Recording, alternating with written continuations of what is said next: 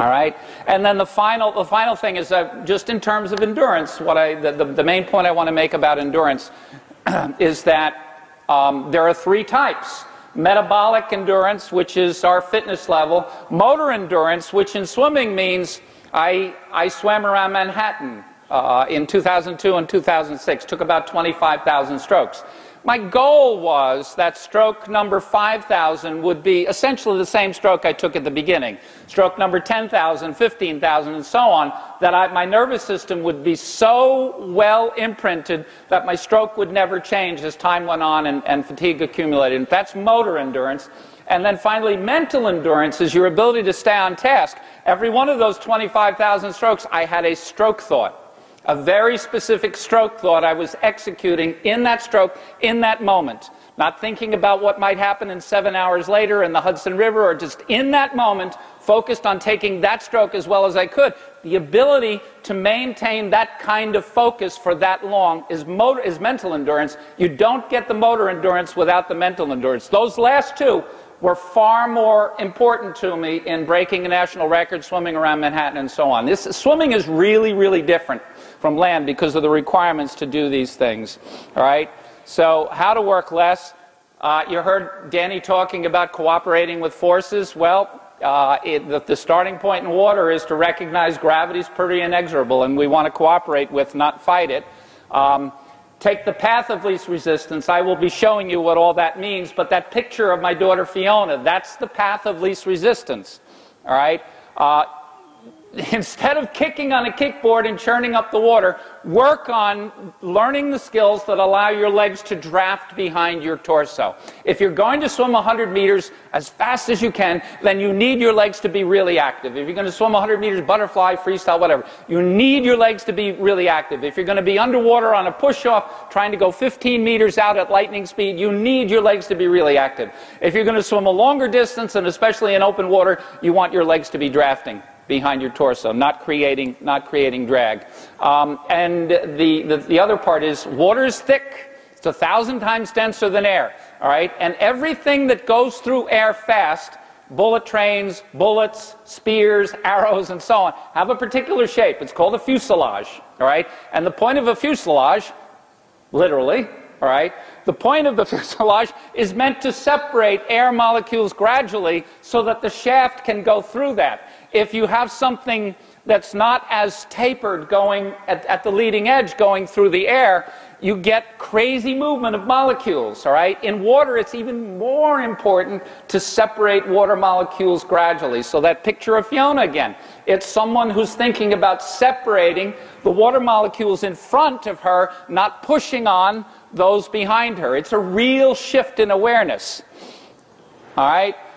And then swim with your body, using weight shifts as your source of propulsive power, because you've got gravity, you've got body mass, all that energy is free. We want to take advantage of it, all right, rather than to focus on pulling and kicking. Pulling and kicking happens, all right, but your intentions as you pull and kick will change when these become your value system for swimming. All right, so what working less looks like.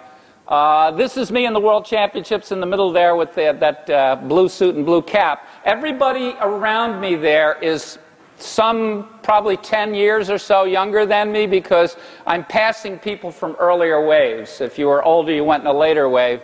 And you'll basically see that my stroke looks distinctly different from everybody else's stroke. All right, and that's my pool stroke. It's taken a lot of imprinting to be able to swim my pool stroke and not have it break down when the water gets rough like that. All right, to just have the stroke I have in a pool and not change it. All right, and that whole idea of mental endurance and motor endurance, you're seeing motor and mental endurance there. You're not seeing metabolic endurance. I'm just swimming through groups of people, all right, really not working nearly as much as they are, and looking very different. Now, this is a group of swimmers that we were teaching down in the Bahamas, and the characteristics that you see are very different from what you probably see if you've seen a lot of open water events, which is relaxed arms on recovery, clean entries, no splash, low head position, no water disturbance. They're practicing ease in a group. They're practicing staying together in a group. And it's not exactly a loafing pace. You know, they're probably swimming a mile pace of 30 minutes or so during the time that this is shot. But basically, it's about relaxation. All right. So, and you just really characteristically the clean entries. All right. Now, this was shot a little over a week ago. We were in Florida for a camp, and I asked my video producer to shoot some video of me, and it just so happens there was a person in the next lane with different techniques. So I said, try to get us both in the frame at the same moment. And so what you can kind of see is there's a pulling and kicking intention in the next lane, and an intention to spear the arm into the water and line up the body behind the arm is what I'm doing. All right, the legs are streamlined behind the upper torso. They spend a lot of time just drafting behind, not a lot of time working. All right, he's not kicking very hard. All right, he's not overworking his legs, but they're not helping very much. All right, and then as you look coming on, he's just a mass of bubbles. His energy is going into making bubbles. All right, and I've spent a lot of time focused on not making bubbles. All right. And the relaxation of the hand as well.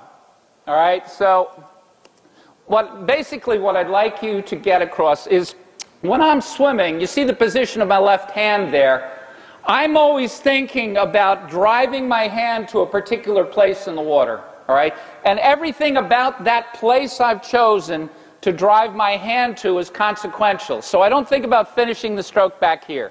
I'm thinking about finishing the stroke there. I've selected the coordinates my hands are going to go to really thoughtfully in ways I will show you. All right, but what I'm thinking about is having my hand here. I've got a target in mind, and I want to drive it to there. And when it gets there, I want it to be relaxed. I don't want my hand to be stiff. All right, because if it's stiff, it's not going to be, well, what you see here. Let's go to the next time I drive my hand down. All right, so right there on the right hand, you see that the palm is back. All right, if I was Michael Phelps, Ian Thorpe, Grant Hackett, or any of those people, at this moment, I wouldn't look like that. I'd look like this. Okay, world-class freestylers can get their arms in the water and go like that. I've not coached anybody in 34 years that could do that. All right, nobody's come to a workshop yet who could do what Grant Hackett. That's why they're world-class freestylers. And the rest of us are normal humans, all right? There's a number of things that distinguish, but one of those things is can't do that, all right? Don't have the range of motion to do that, all right? But I can at least get the palm facing back, all right? If I can't get the whole forearm facing back, which offers a lot of traction, I can at least get the palm facing back. How do I get the palm facing back? Not by trying to make it face back, just by relaxing it. All right, so a big part of our energy savings is identifying muscles that are activated and don't need to be. If you can turn off some muscles that are activated and aren't helping you by being activated, you've just saved energy. All right, my head position is where it is, not because I put my head there, it's because I let it go there. I release it, I relax it, and so on.